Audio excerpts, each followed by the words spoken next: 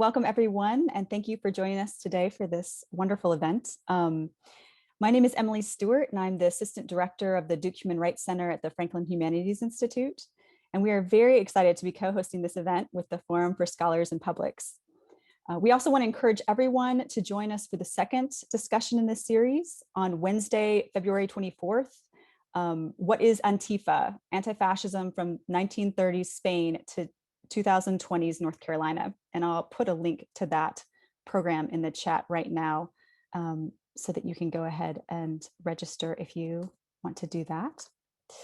There you go. Before we begin, I also want to mention for students that there is a Story Plus project that focuses on this theme. Story Plus is a 6-week paid summer research experience for Duke students, both undergraduates and graduate students, interested in exploring interdisciplinary humanities research topics and methodologies. And the one that pertains to this talk is The Seat of Fascism, Narratives of Repression and Resistance in North Carolina. So those applications are due on February 19th, and I'll add a link to that program for any students who are interested in doing that research over the summer. So over the last year, students from the Native American Student Alliance, staff, faculty from Duke, UNC, NC State, and members of local Native nations have been participating in a land acknowledgement committee. And the purpose of this committee is to center Native students' intentions in creating land acknowledgements and to consult local Native tribes about the practice of reading them in a university setting. I want to honor that we're still in this process, so I won't give a formal land acknowledgement now, but invite everyone to learn more about the land you live on and the Native people who currently still live there or who have historically lived there. And I can also put in the chat a map that's a helpful starting point and a resource about land acknowledgements. So let's dive in. We won't have live captioning during this event, but we will add closed captions to the video before we upload it to the YouTube channel next week. And the plan for today is for the panelists to speak for a little bit and then open it up to questions. So please send those questions directly to James Chappell via the chat. And if you have any questions about the Duke Human Rights Center, or if you're having problems with Zoom, please feel free to reach out directly to me via the chat. So again, thank you for being here. And I'm going to turn it over to our moderator, James Chappell, who is the Hunt Family Assistant Professor of History and whose research focuses on 20th century Europe. Great. Thank you so much, Emily. Thank you all for being here. It's more people than I anticipated, but I think that this is a really important topic for everybody who is, alive in 2021. So I won't talk a lot, but I'll just briefly say what we're here to do. We're here to think about the question of fascism. We are not here to sort of say, is Trump a fascist or is Trump not a fascist? That has been, I think we all think that this word fascist has been kind of used and misused in ways that are interesting, but in ways that I think have proven really confusing. And so what we want to do here is use sort of our academic or scholarly research profiles to say, what can we do? What do we think about this question of fascism? What is it? Is it here in America now? And if not, what are we supposed to call this thing that we are currently living with? So that's our goal for the day. As Emily said, feel free to chat me questions really at any time. But the way we'll do this is I will first introduce our panel of experts. They will each talk for not too long, for 8 minutes or so, just giving some thoughts about this theme. And then our hope is really to open this up to you all, because if any of you have cracked any kind of publication in the last year, you know that people like us have been spinning our wheels a lot about the question of fascism. And so I think that our real goal is to hear what you have to say. And so feel free to write questions to me. I will, depending on how many I get, I might have to curate them, but it'll be my hope to answer as many of them as I can. And probably people will ask similar questions that I'll kind of lump together. So without further ado, I'll introduce the panelists all at once so that this kind of prefatory stuff can all be out of the way and we can get into the intellectual substance of the afternoon. And we will try to end right at 1:15 because I know we all have places to be. Well, not physical places. None of us have physical places to be, but we all have internet places to be. So our first speaker will be Claudia Coons, who is the Peabody Family Professor of History Emeritus at Duke. We're very happy to have her here. She has a long and storied career at Duke and has done some of the best research about National Socialism in the past couple of decades. Her two books, especially Mothers in the Fatherland and The Nazi Conscience, I don't know, really defined the fields, I think. And those of you who are in my class right now will be reading them and talking about them in a few weeks. So she will bring this sort of decades of experience thinking about Nazism to bear on the present. We will then have Cecilia Marquez, who is an assistant professor of history at Duke as well. She's written a history of sort of Latinx populations in the American South, focusing on their relationship to far-right politics. And so she'll be giving a more sort of domestic read on what's happening now with like race politics and fascism in the United States. And we'll last turn to Dirk Moses, who is joining us from down the road at UNC. He's a recent addition to the UNC History Department, has written an enormous amount of really influential work on genocide in global history, and specifically about also German intellectual history. So he has a new book coming out next month called The Problems of Genocide, Permanent Security in the Language of Transgression. No, this month. I think it just came out a few days ago or something. But it seems extremely exciting. And so he's thinking really in interesting, conceptual, and global ways about these categories we use to frame our moral and political lives. So we have a really sort of star-studded cast today. So without further ado, I will turn it over to Claudia. Thanks, James. I'd like to just start out by looking back, because I've probably been here longer than any of you actually, and notice that this is not our first Trump session. This will be our third and fourth. Right after the election, the DHRC sponsored a discussion, Politics in the Age of Trump. And then on September 11th, 2019, James and I teamed up with the DHRC and the Forum for Scholars and Publics, and we had a discussion about whether the camps on the Mexican border counted as concentration camps or not.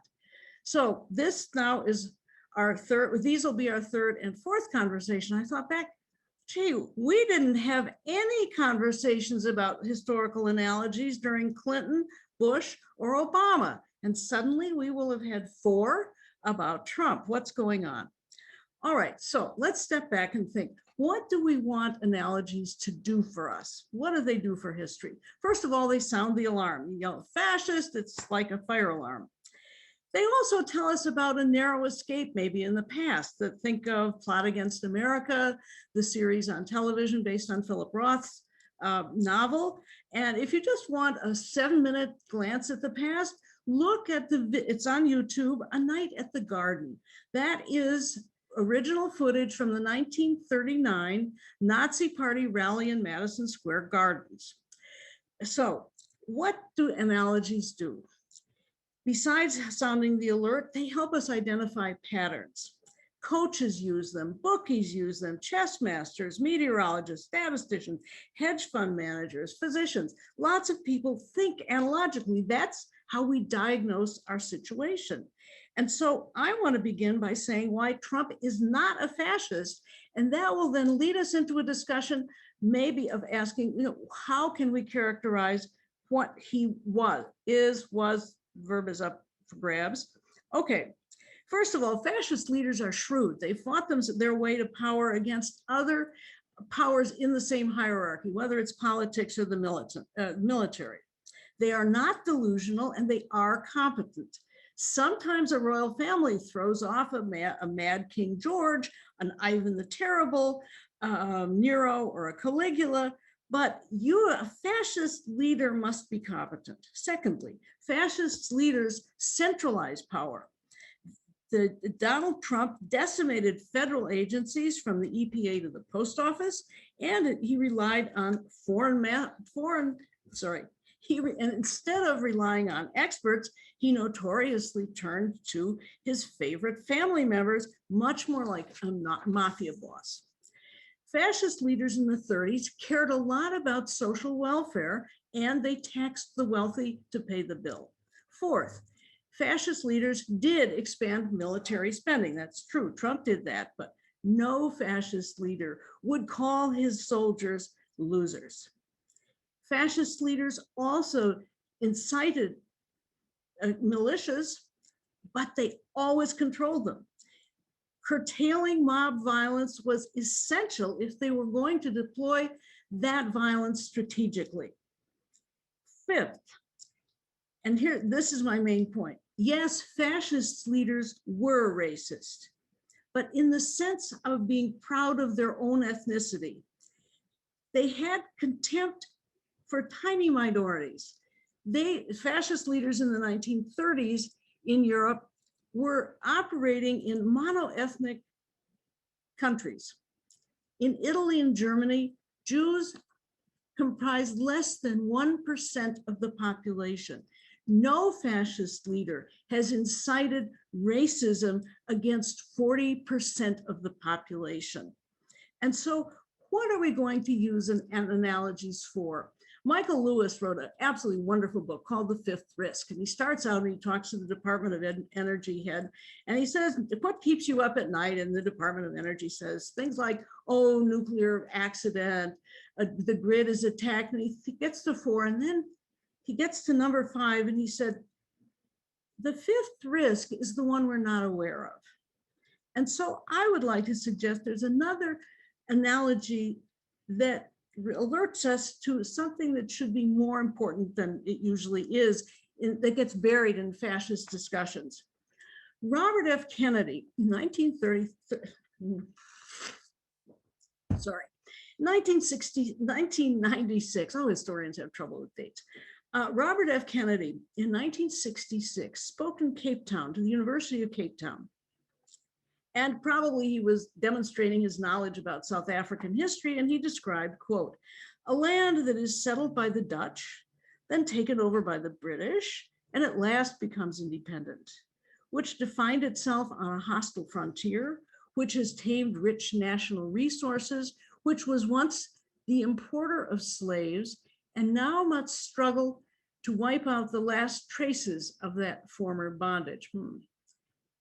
He continued in 1966, he continued, I refer, of course, to the United States of America. And I would like to suggest that if we look at apartheid, that is a better analytic tool to understand the danger that we face right now. And specifically, I'd like to look at the election of 1948, when a party of white supremacists that lost the popular vote won in the legislature.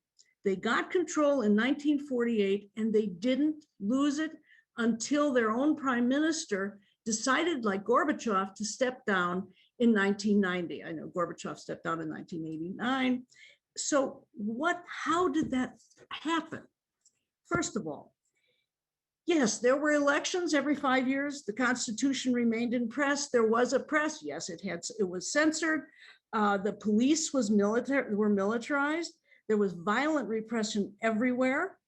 There was a program. 2 points. It was anti-communist or Marxist, and it was opposed to racial equity. There was faith, Protestant faith, faith in family values. And what happened politically?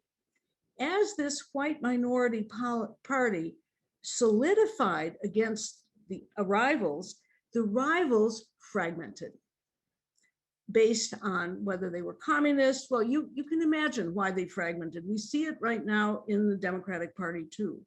So while the apartheid minority rule solidified, the opponents dissolved.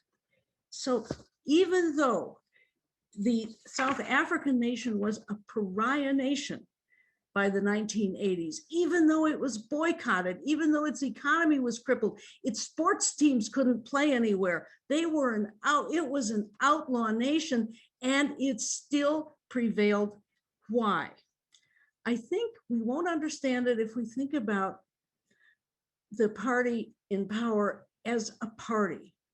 It was more than that. It was, I would say, let's call it a faith-based movement. A faith-based movement that placed its own righteous goals ahead of little things like the Constitution, the spirit of the law, the norms.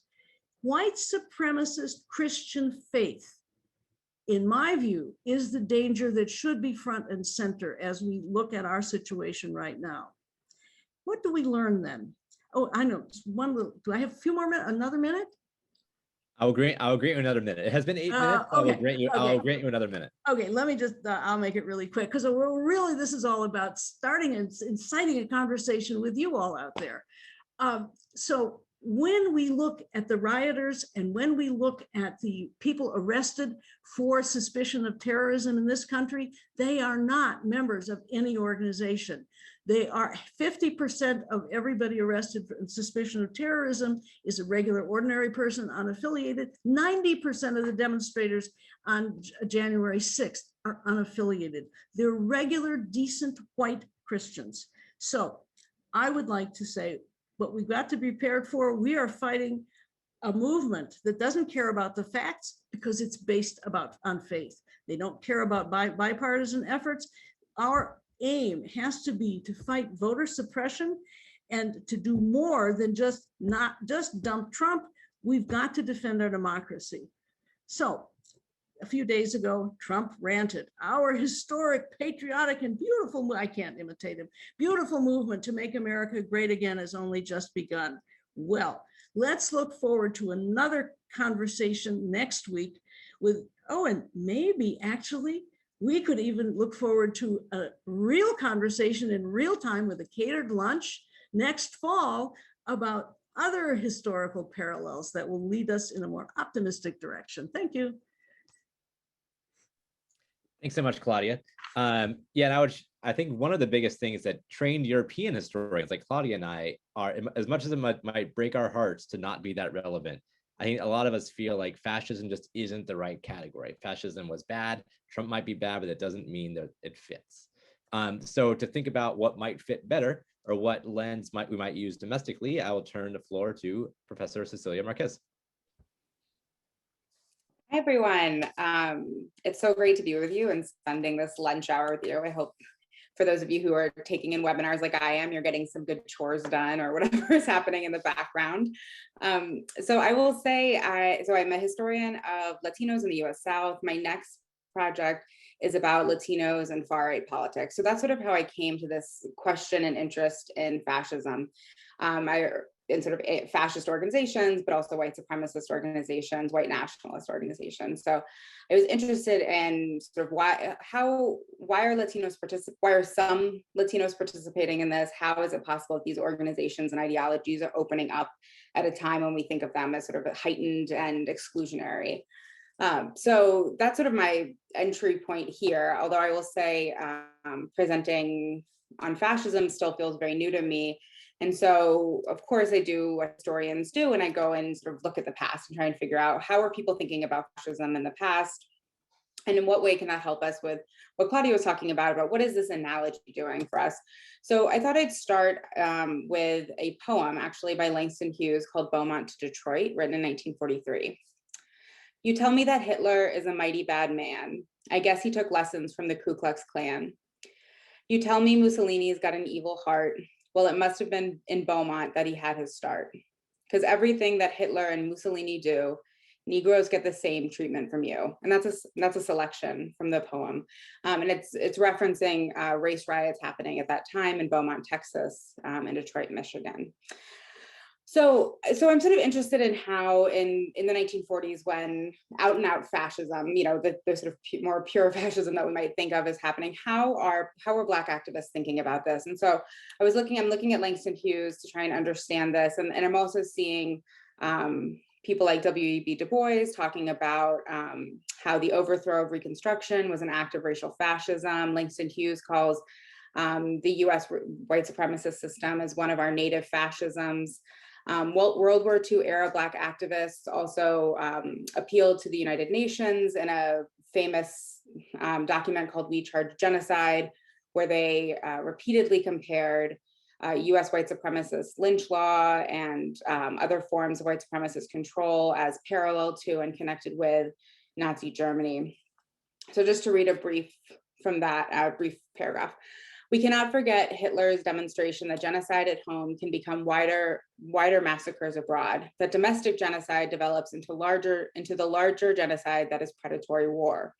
The wrongs of which we complain are so much the expression of predatory American reaction and its government that civilization cannot ignore them nor risk their continuance without courting its own destruction. We agree with those members of the General Assembly who declared that genocide is a matter of world concern because its practice imperils world safety. So early on, I'm seeing Black activists using fascism as this particularly rich resource from which to draw to be able to compare the US and be able to sort of put the US on a national stage and shame the US into addressing the persistence of white supremacy and violence in the United States. And so then the question is, how do we understand the fact that these activists were using fascism at that moment and understand that in our contemporary moment? Because we're still seeing organizations, activists, groups calling Donald Trump a fascist, calling this administration fascist, things like that. And so I think part of the question that I'm grappling with, and I'm curious to actually hear from you all, from Claudia, from Dirk, and others, is really fascism for who and fascism when, and from what perspective do we ask that question? So if we ask that question from the perspective of Black Americans, Latinos, Native Americans in the United States today, is there a different answer than if we ask it from the perspective of white Americans?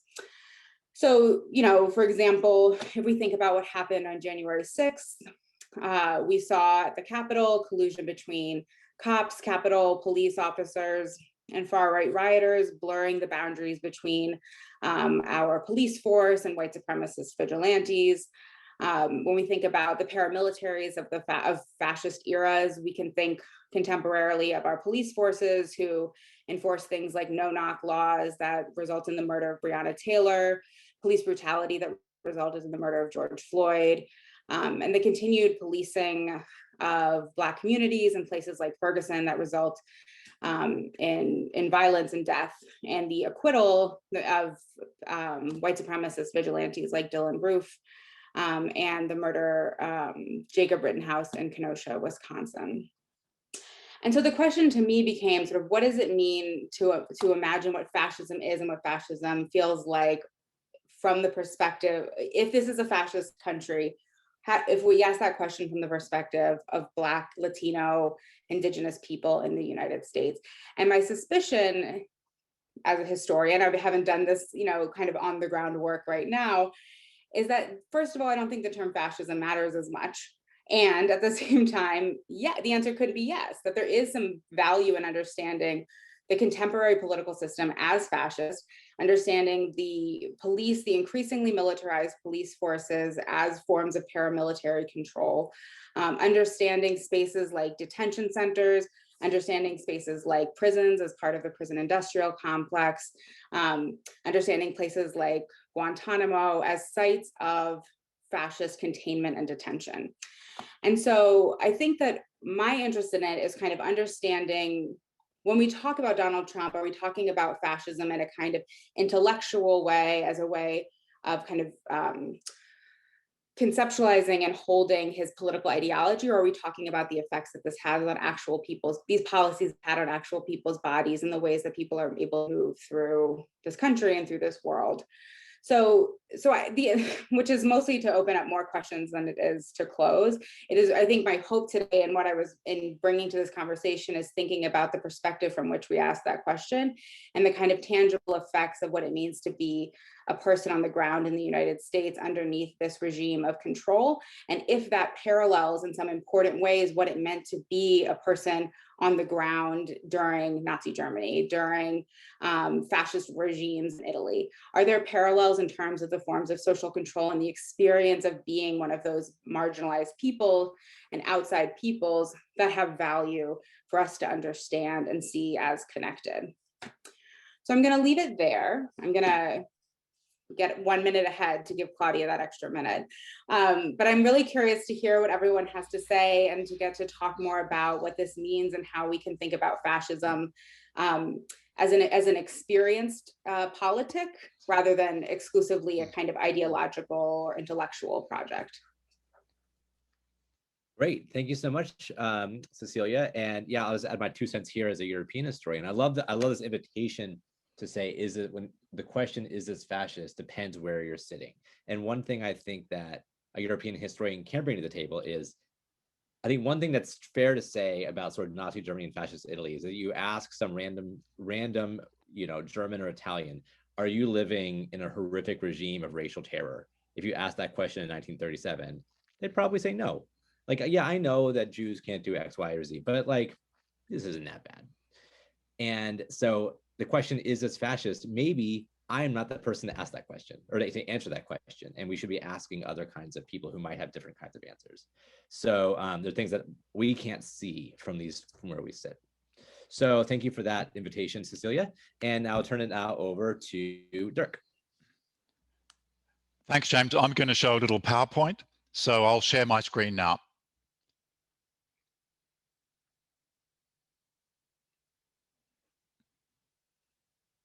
I hope you can all see that.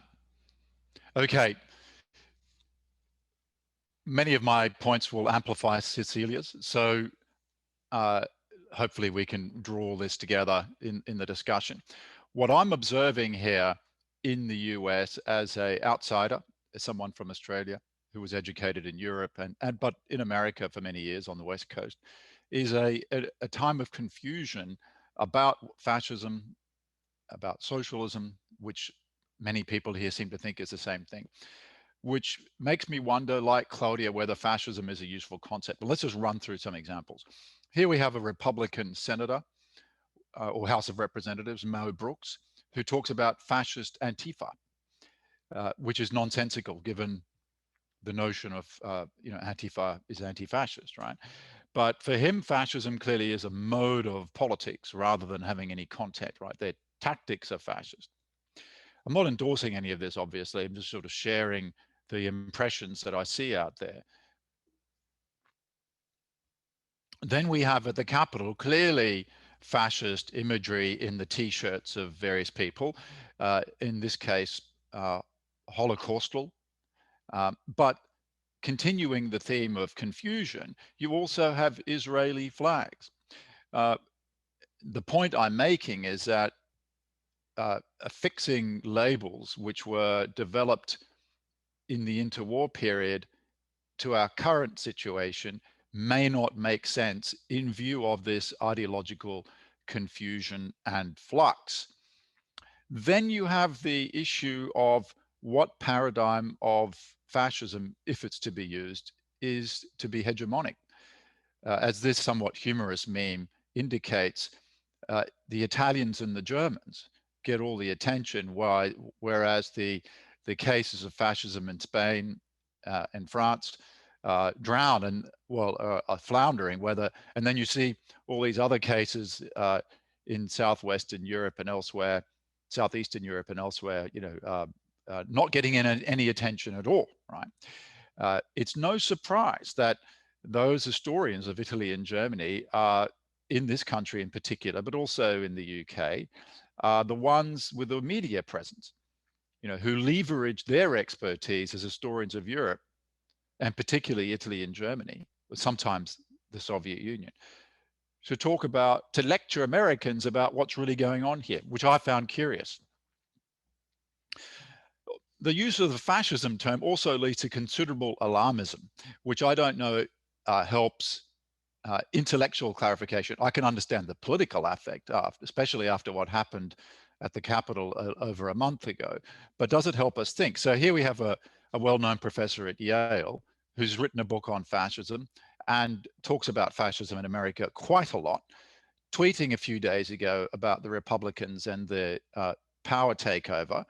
And in another tweet, he indicated that he's looking to leave his difficult job at Yale for safer climes in another country because it's so dangerous. And he has a little quip there about the dictatorship that we're living in here in North Carolina. Now, I'm not taking sides on this. I'm just sharing information with you and making the point that the use of the term fascism leads to a kind of intellectual and emotional alarmism, which is not necessarily conducive to the analytical work that we need to do. Now, Cecilia drew our attention to a Black African-American intellectual tradition, which quite some time ago did invoke the genocide sorry, the fascism concept. So here we have the particular point in Black Reconstruction and Du Bois where he does that.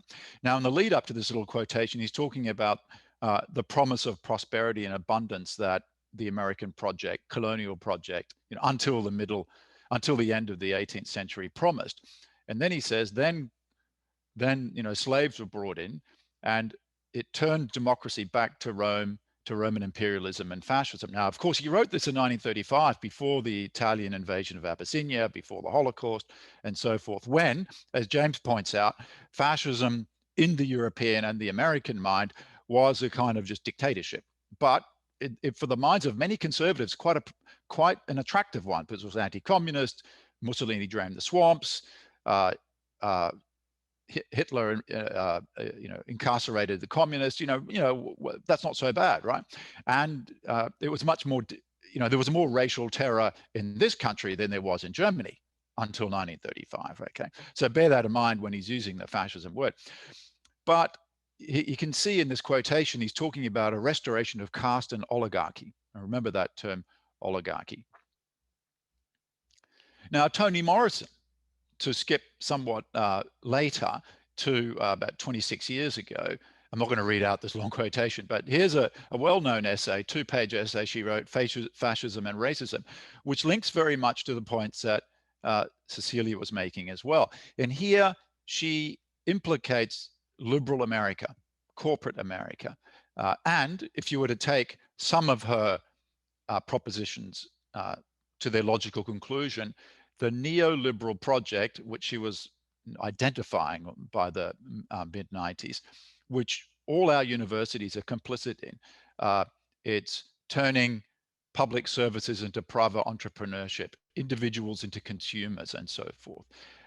So it's a very broad definition and application of the fascism concept. Once again, I'm not taking sides on this. I'm just presenting to you with a mode of analysis, which I think we need to think about. Then a few years later, we have Sheldon Wolland, who was a terrific political scientist at Princeton, who died a few years ago. He wrote an article in The Nation in 2003. So just as the American security state was developing on steroids after 9/11, talking about inverted totalitarianism rather than fascism, but it's fascism directed inwards. It's very much about the way corporate power in America is fused with the state, but it's different to the interwar period.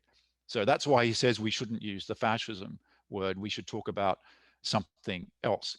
Once again, I'm not advocating that we think like this, but it's important to understand there's an intellectual tradition, a very rich and interesting intellectual tradition in this country, which uses fascism and the language of totalitarianism, indeed, it's adapted to think about what's been happening in American society, its economy, and so forth, in the last 20 or 30 years in relation to the mass incarceration that's been mentioned, which is heavily racialized, of course, and the way that the deindustrialization of this country in its globalized phase in the last 30 years has produced a mass of people who see no hope in the system and talk constantly about the system being broken.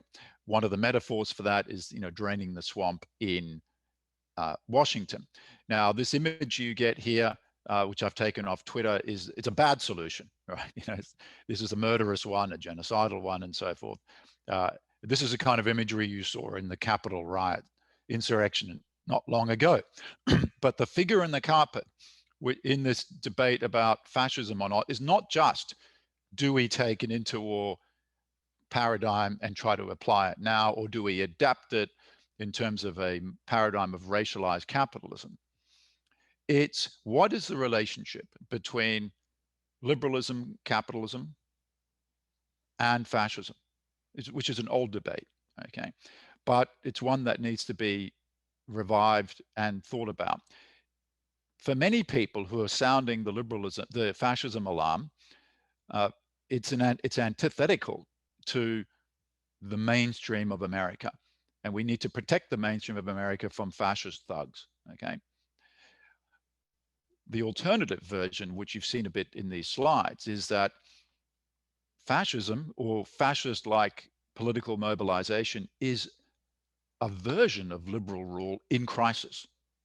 Okay? You see that in Morrison's analysis, you see that in Sheldon Wolland's analysis, and going back, you see it in Du Bois's analysis. And there are many other examples we could adduce, right? I've got 8 minutes, I'm going to finish now. But if you want to be an anti-fascist,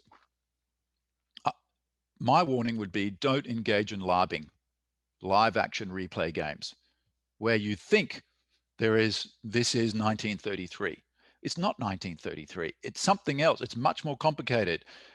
For various obvious reasons, America and other countries are not in the same conditions as Germany in 1933 or Italy after the First World War or Romania after the war and all these other cases, right? We need to look specifically at the racialized capitalist history of this country and take seriously the analytical perspectives of those that have been the extracted victims of it. And with that, I'll end, because there are no more we can elaborate in the discussion. Thank you.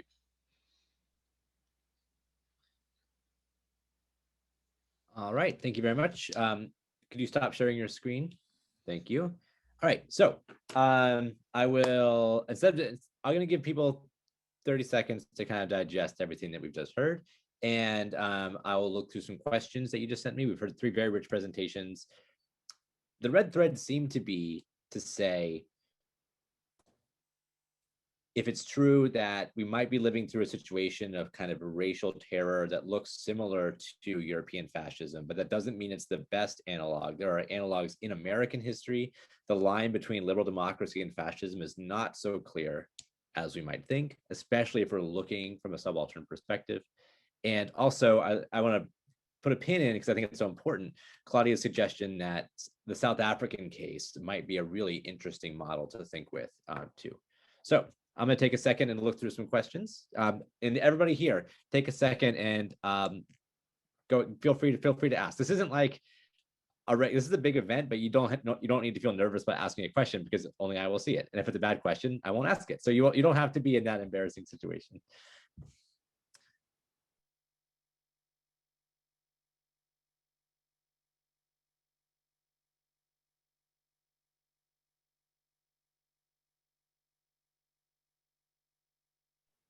Okay, I do have one.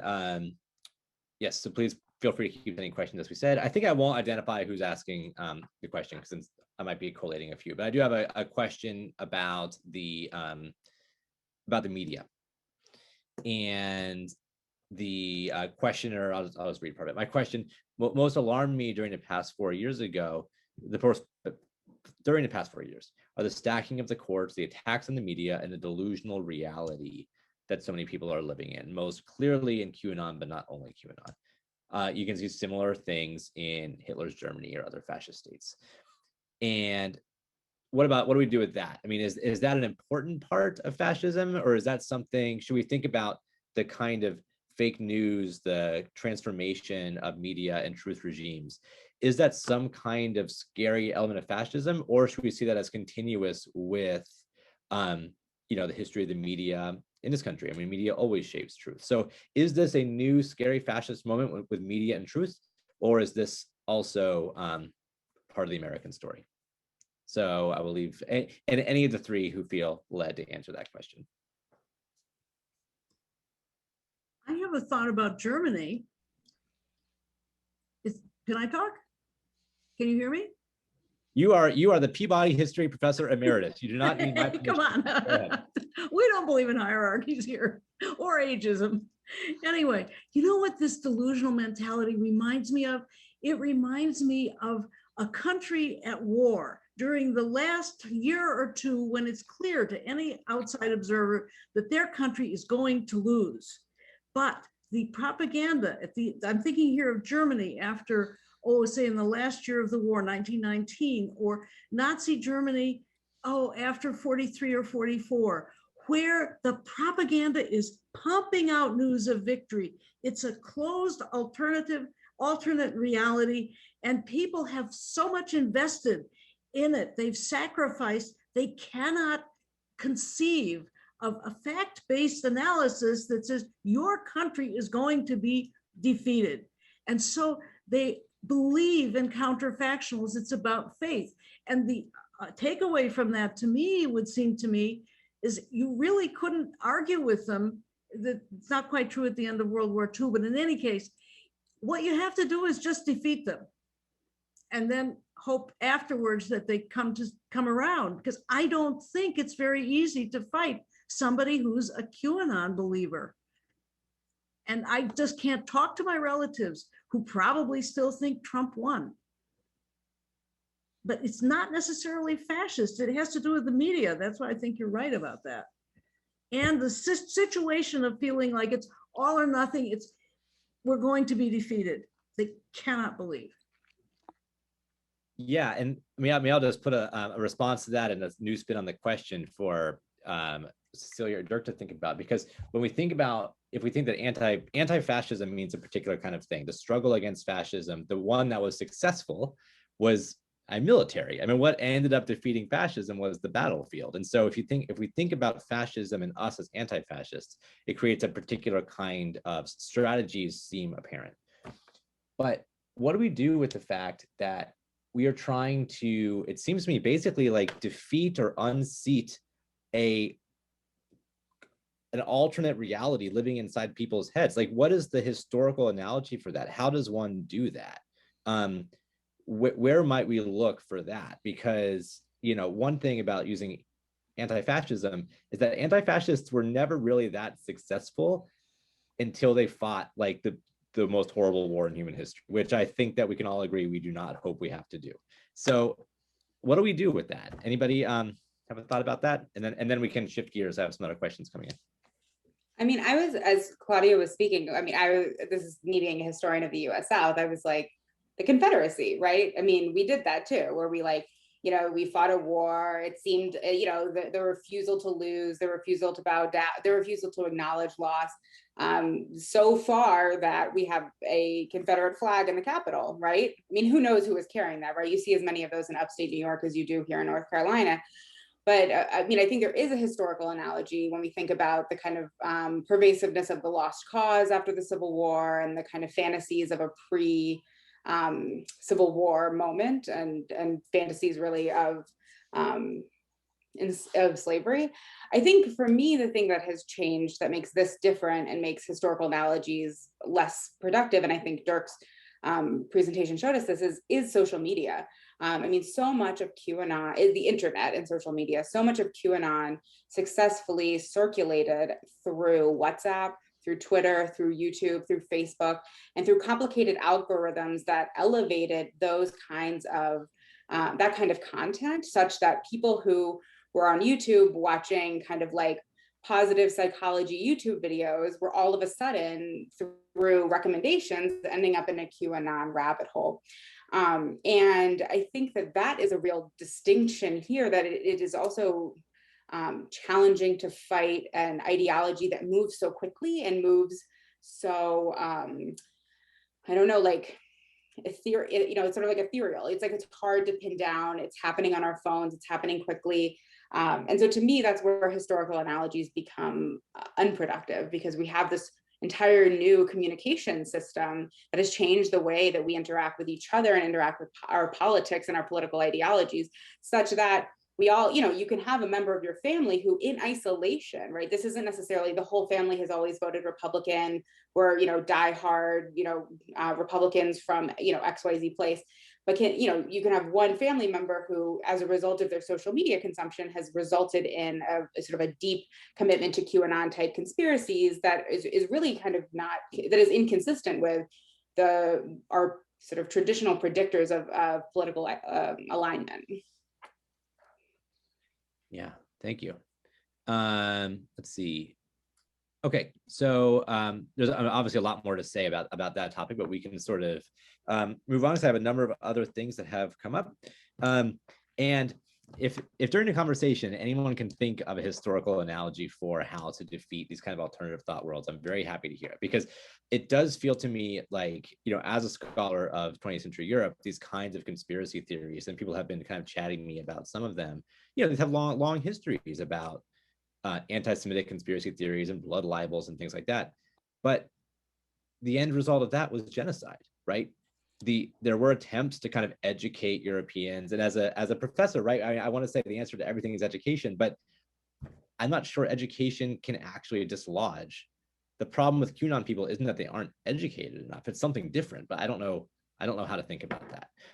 This actually might be a relevant, maybe the next question will be on this theme. I had a couple people wrote about, we're interested in what Cecilia had said about looking at fascism kind of from the perspective of kind of racial subaltern classes, and like what does it feel like to them to live here? And how do we square that with what seems to be kind of sizable, or at least growing, Black, Latinx, even Native American support for Donald Trump? And so maybe I might ask, I know that's a huge question, so Cecilia might just give a few thoughts on that, and then maybe if Claudia or Dirk had any kind of more global or did analogous things happen elsewhere, or is this some kind of weird American phenomenon where racial minorities in their zeal to be white are latching on to these movements? So Cecilia? Yeah, I don't know if it's a zeal to be white. I mean, the people who are participating in this are just fundamentally not white, you know what I mean? And it's not even a performance of whiteness. If we can think about the former leader of the Proud Boys, who turned out to be an FBI informant, but was an Afro-Cuban Miamian, there was no performance of whiteness.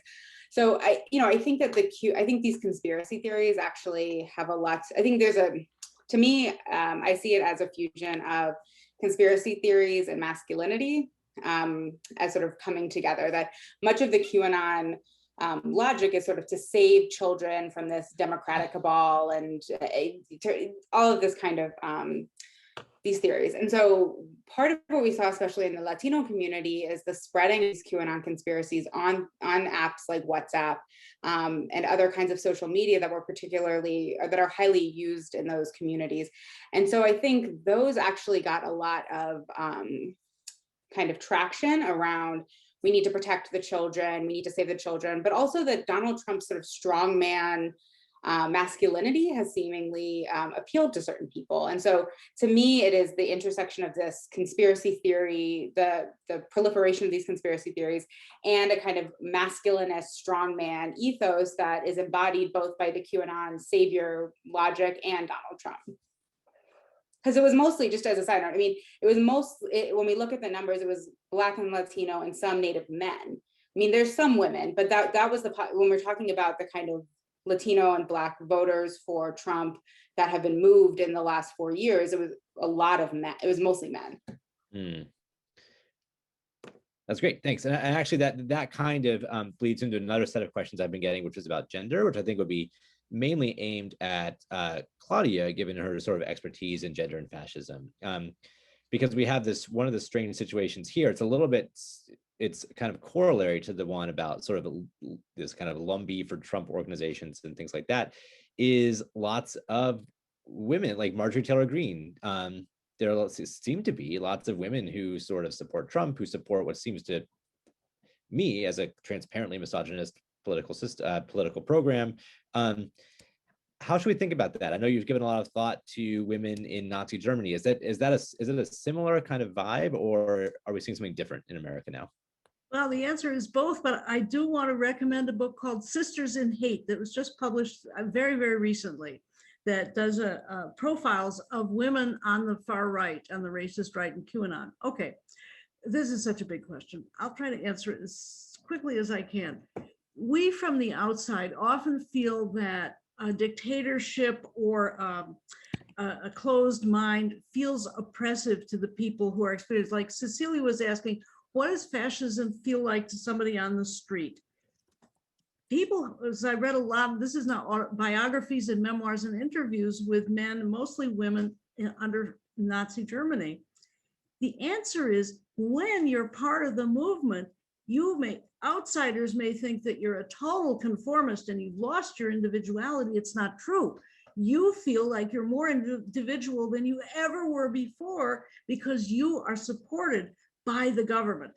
And so the kick that you get from belonging to one of these organizations that's very tight and very bounded is that you suddenly can feel you're important. And here's a short version of this is for women, that the women who believe in a traditional role, the Phyllis Schlafly's of the world, Phyllis Schlafly is a good example, who do not want to decide that their strategy is going to be not to compete in the male world. They're separatists in a way, but they get control over their small turf. And so Nazis would use phrases like, we're just little brown mice helping the movement. But from this posture, they surrender power, influence up above, but in exchange, they get enormous prestige and power over people under them. And that's the tyranny of a hierarchy. But I agree with, none of us have a clue on how to deal with this rapidly proliferating social media that may escape anybody's control. Yeah. Yeah, I also had a question, which for Claudia, for anybody, because a number of people were sort of seconding my question about, like, we know how to defeat fascists, we have to beat them on the battlefield. If that's not exactly what we're confronting right now, how do we defeat this? And so if your South African example is a good one, or maybe the I don't know, neo-Confederate ideology, I don't know what it would be, but you mentioned South Africa. Is there anything for Americans to learn from that experience about how to kind of uproot and overturn an ideology? I think we just have to defeat it, and we can say, the Lord of history or the goddess of history gave us an incompetent for 4 years. And therefore, we have a chance now to rescue our democracy, because the success of the Republican candidates down ballot and the popularity of just plain white racist GOP is so strong that what is going to save us perhaps is that the GOP may split. And the only thing we can do is help them. And that means register, vote. It means lots and lots of, the German word is little work, Kleinarbeit. Just grassroots mobilizing, starting now. It's not very dramatic, it's not very romantic, but it's what we've got. Somebody else have some other ideas? There are insights from Australia, where most of us would probably like to live. Yeah, well, it's important to keep winning elections. There are people who will never be convinced. But what I was struck by in observing some of the biographies of people caught up in the insurrection was that some of them had been Obama voters in 2008, including the woman who was shot by the security guard, and there were others. It's like, what happened between 2008 and now? Well, we had a global financial crisis, which was mishandled in retrospect.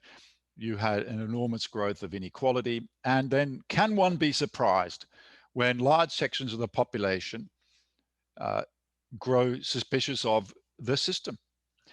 Now, in America, that can be articulated in various ways. If you want to put it in simplistic terms, a Bernie Sanders analysis, or a MAGA, Make America Great nostalgia analysis. Now, it's something new that Trump has elicited a movement. It's not just a regular Republican mobilization. It's a movement, and it was impressive to watch in many ways. 600 cars in caravans, all those ship flotillas, in Florida and so forth. Impressive in the sense of this, the extent of this mobilization and the passion. You ask yourselves, like, what are the material and ideological and emotional conditions of possibility for that kind of novelty in American politics? Why is this portion of the population disillusioned with regular conservative politics? Why are they so suspicious of the system? And I think a fair-minded approach would say, well, they have good reason, like everyone in this country, to be suspicious of the way this country and not just this country, the UK, Australia, and otherwise, have developed over the last 30 years. And the problem with the fascist analogy is that it doesn't necessarily lead to a questioning of those conditions. Some of the proponents do, but many don't. It gets you thinking about, we just need to keep this mob away from the ballot box, or we just need to keep electing people like Joe Biden and keep the system going. But if the system can no longer reproduce the hope that Obama mobilized in 2008, which led to people like that woman who was shot voting for him, who's clearly not a racist, right? To lose faith in the system, well, then we need to ask deeper questions, not about, who's a fascist or not a fascist, but about, what is going on structurally, economically in this country, and why. And we need to produce conditions that revive a hope in a different kind of system, or a reform system. I don't know if we're having that conversation at the moment, and I don't know whether talking about fascism helps us have that conversation. I wanted to throw that to Cecilia, because was something that Dirk was talking about. I was wondering about it, like sort of an American historian's perspective, because I do think it's kind of common to say, oh, something happened, 08 to the present. Is this clearly something's happening in global history, the rise of far right politics everywhere and things like that. And that makes the bad guy becomes kind of neoliberalism, it becomes the bailouts, it becomes things like that. This is a familiar kind of bailouts, lead Tea Party, lead Trump kind of thing. And I sometimes feel that kind of, or I guess, what do you think about that as an American historian? Because something else is obviously true about American history is that for most of our history, there has been at least one major party devoted to racial terror. Like, it's not like things were fine until 2008 happened and people became disenfranchised. So I guess when you think about the development of the American right in kind of the longue durée, do you see this big break in 2008, 2012, or do you see more of a continuity across the 20th century? That's a really good question. I mean, it's so hard to tell, because I think, I guess I feel like maybe I'm a broken record here, but I keep returning to technology and the way technology, both the economy and technology, have transformed the way that our politics function, and the way that, in some kind of like democratizing ways, people who hadn't previously had access to certain platforms have been given access. But I mean, someone like Marjorie Taylor Greene, right? Like, she is as if the worst parts of Twitter took human form, like she truly, this is a kind of a person who, like a sentient social media presence. Like, it's just not, which is to say, I'm not sure, it feels like it's still too close. I mean, this is ironic because James and I teach a class called History of the Present, so I should have a better handle on how to historicize the present, but I don't quite know yet. I mean, I think it's still sort of to be seen. I think what we have to think about is, like, how are we going to better regulate Twitter? How are we going to better regulate YouTube, Facebook, things that have effectively become public utilities at this point, and the kind of like prolific nature of their use? How do we figure out how to make it so that, I mean, if you think about someone like Alex Jones, right? Someone who had a major following on the far right, a major sort of promoter of conspiracy theories and all kinds of horrific things. I mean, after he was deplatformed and after he was taken off of a lot of major platforms, his following shrunk. He became less important. He became less of a significant figure in that movement. And I think that has been good. And so the question is, how do we, in ways that are consistent with our desires around civil liberties and the First Amendment, figure out how to regulate these algorithms that truly I do not understand. I understand that they exist because smarter people than me have explained that they exist, but Lord knows I could not. I mean, me getting my printer to work is a miracle. But these algorithms that push these this kind of hate speech up and promotes this over and over again, those that prioritize conflict and engagement, right? So the more a post is engaged with, the higher it bumps up. But that also includes Alex Jones saying the Holocaust was a hoax, and everyone's saying, no, it wasn't. And all of a sudden this becomes the most popular post. And so we have to figure out how to regulate these spaces that are now basically our public square. So I didn't really answer your question because I don't really have a great answer, but I think time will tell. And yeah, I mean, I guess we're all, I mean, I'm curious if others have an answer, if Dirk or Claudia have an answer, but I don't. One thing to avoid is announcements like this. What we have to do, this is going back to Dirk's suggestions. What year is that from? Is that That's from like a couple weeks year? ago. The week in review. We do not have to announce racial equity as a central goal of the Democratic Party. We've got to deliver the goods. It seems to me Paul Krugman has written about it, Robert Reich has written about it, and that means to get rid of attack the racial inequity and the dysfunction in our government. I also just read today that something like 60% of our civil service is over the age of 60, and that is more than several times as many as under the age of 30. So that government has to start working again. Yeah. And the last thing that we want to do is trumpet Black power. And it's going to be, this is because I worry about South Africa. We really cannot afford to split seriously on the issue of race. And the way to do that is to tone down the rhetoric and deliver the goods, I think. Could I just make one related point? Mm-hmm.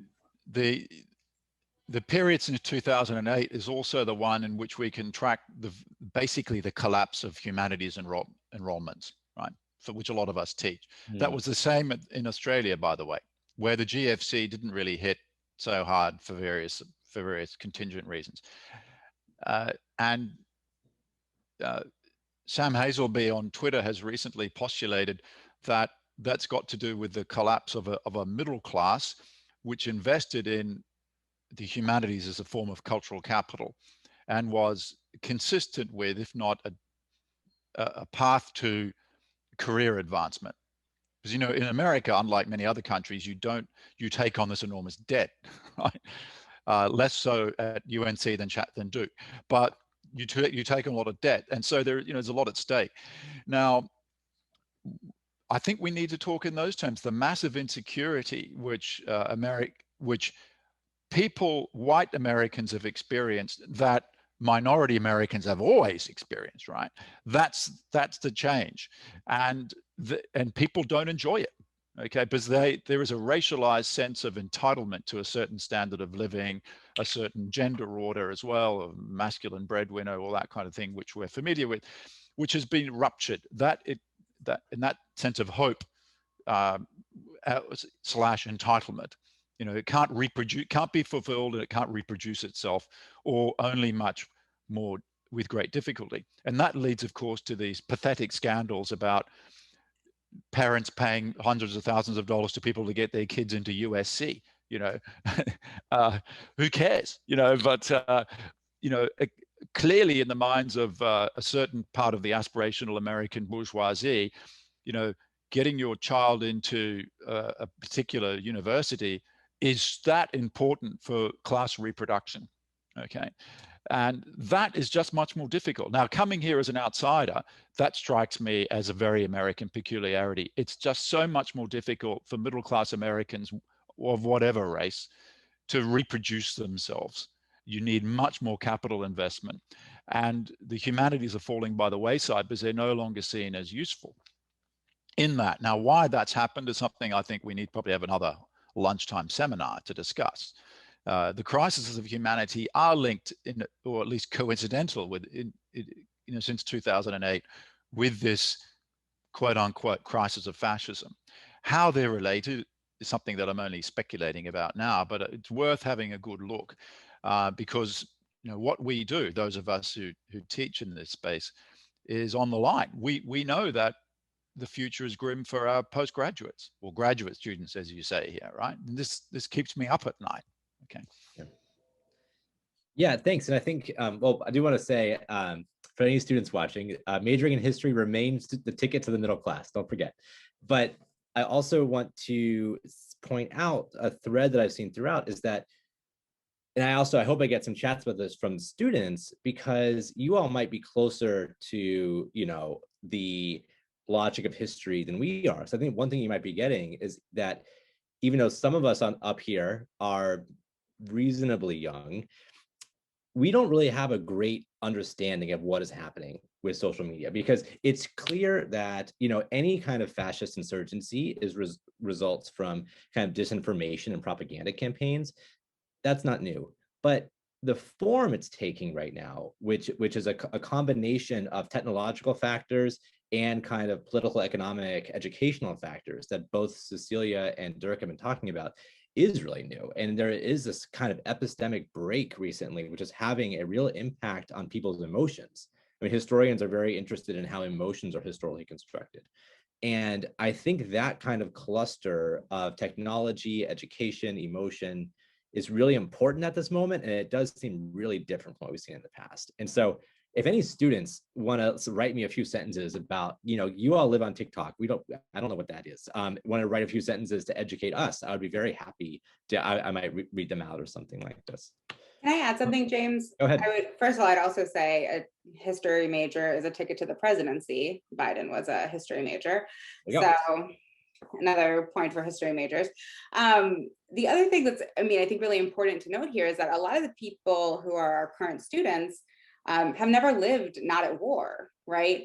That if we think about, to me, the really important turning point in modern recent American history is 9/11 and then the subsequent Iraq War. I think we could have had this exact same panel, not on Zoom, about George W. Bush, right? George W. Bush and the disinformation about WMDs and the sort of false pretenses under which we entered a never-ending war, the way that produced the disregard for global consensus, the disregard for human rights, all of these different things that to us also look like, stepping stones to fascism. I don't think that Trump is unique in that way. But I think that the sort of perpetual nature of war is also something for us to reckon with as a sort of a post-millennium moment. So much of fascism is being defined as sort of before, after key military events, and we've been at war this whole time. And so I think that there's also, that's a different part of our contemporary story as well.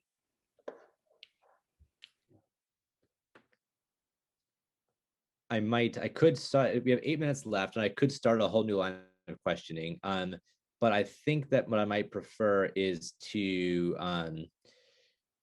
give everyone, a lot has been covered in the last hour, give people a minute to digest. And I think I might give each of our panelists an opportunity to just kind of gather their thoughts and give a message to the youth of today. Or the 90 of them that are here, because we have gotten a lot of other good questions, but I think it's too late now to start a whole new line of analysis. Let's all think for a second of what we want to say.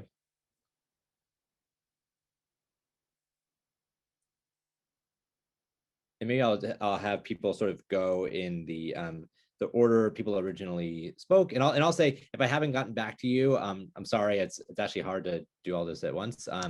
But thank you for everything that you've chatted to me. People have chatted to me some really interesting thoughts and questions. And so I would say the biggest things that are coming up in the chats is, I'll just throw them out there in case people want to respond to them. There are some persistent kind of questions about violence, about this issue of, if we are combating misinformation, if violence isn't is violence the answer? If not violence, then how do you unseat QAnon? That seems to be like a really big set of questions that people have. There's another set of questions about the role of political elites in this moment. And is something like QAnon, because I think one thing that seems different, I'm thinking about sort of Nazi propaganda, even before Hitler comes to power, it's clearly kind of elites pulling the strings. Is QAnon like that or not really? Is QAnon actually kind of grassroots bubbling up, or is this a different set of technological and institutional elites that are creating this? So some questions that are on the table are about violence, about elites as kind of modes of historical analogical thinking. So I will turn that over to, you don't have to address that, but just give your parting thoughts. I'll go to Claudia, then Cecilia, then Dirk. Oh, well, in a minute or less, huh? I keep thinking through this of something that Hannah Arendt once said about totalitarianism and propaganda. She said propaganda spreads in the empty minds. And I think when we talk about QAnon, especially in the time of lockdown, that's partly what we're looking at. And so what we have to do, I think, we being voters here, not, we have to, I think, work across the democratic field to make links with people who may be more progressive or less progressive than we are, but we really must fight against having a division among impatient progressives who will frighten the daylights out of people who could potentially, who maybe voted for Obama, who could potentially vote Democrat, and not to, I think there's nothing we can do about QAnon. We need to make our own government work for ourselves. And maybe that means doing something like writing a letter to Richard Burr and saying, Senator Burr, you did a good thing. But we need to make our government work and to scale back internal differences in the Democratic Party.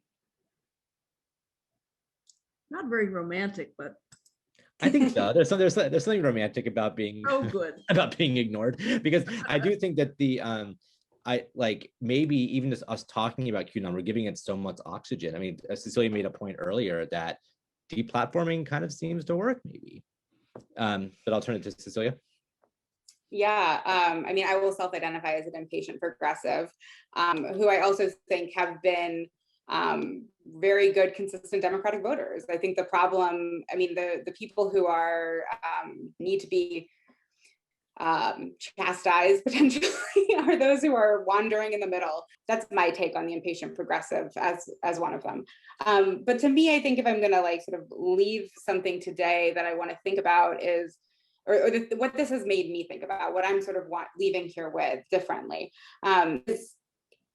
is sort of thinking about, if we make fascism the other, this thing against which we define American liberal democracy, how does that erase the long legacy of violence in this country? That this is a country that was formed at the conjunction of genocidal impulses and human bondage.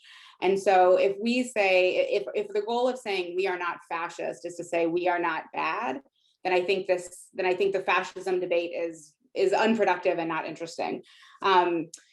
So I think that what I'm trying to think about is, and I thought what Dirk said about fascism as liberal rule in crisis was really interesting and productive, and I want to spend more time thinking about that. But yeah, so I think that those are some of the thoughts that I have left behind in my brain. So it's been fun to talk with all of you. Great. And last but not least, Dirk Moses. Okay, as a non-citizen, I can't proffer the kind of political strategic advice that Claudia has, and I won't try. But I'll leave you all with an analytical point: is ask two questions as scholars in the making, whether you're a student or a faculty or what have you. It's like, why have so many Americans lost faith in the ability of its institutions to deliver the kind of life to which they aspire? A sub tweet there is, is that expectation realistic in the age of climate change? One thing that struck me watching Trump rallies in the lead up to the election, or during the campaign late last year, I watched them on YouTube from beginning to end while I was making dinner, believe it or not. But to get a sense of the message and the consistency of the message, it was consistently, you are entitled to the great American way of life. And that consisted of massive amounts of consumption. Cheap gas prices, we're going to get those pharmaceutical prices down, and you can live the kind of life of semi-luxury compared to the rest of the world, right? If you elect me, you'll be you'll be consigned to Cuban or Venezuelan style penury if you vote for the squad. Okay. Of course, they never mentioned Germany, Sweden, Denmark, Switzerland, as socialist countries. So that's the first question and sub-question. The second one is, well, if you come up with an answer to the question, why have people lost faith with American institutions? Well, what are you going to do to rebuild that faith? Is a matter of, as the mainstream does in this country, of trying to convince them that the system is good, which I think is untenable, or are you going to convince them that, well, I will try to change the system in various ways to make it work for all of us? Great. Were you finished, Dirk? Yeah. Okay. Well, it is 1:15, so I will close us out. We really do thank you to our sponsors and to our wonderful panelists. Thank you to all of you for coming and for your questions. I do hope to see some of you next week, where we will continue this conversation, thinking more explicitly about anti-fascism and Antifa, which, the word fascism might not mean a lot in America now, but Antifa certainly does, especially on the right. So we will try to give some thought to why that is, what happened there, and how we might work with that category. So thank you everybody for coming, and we will see you next week.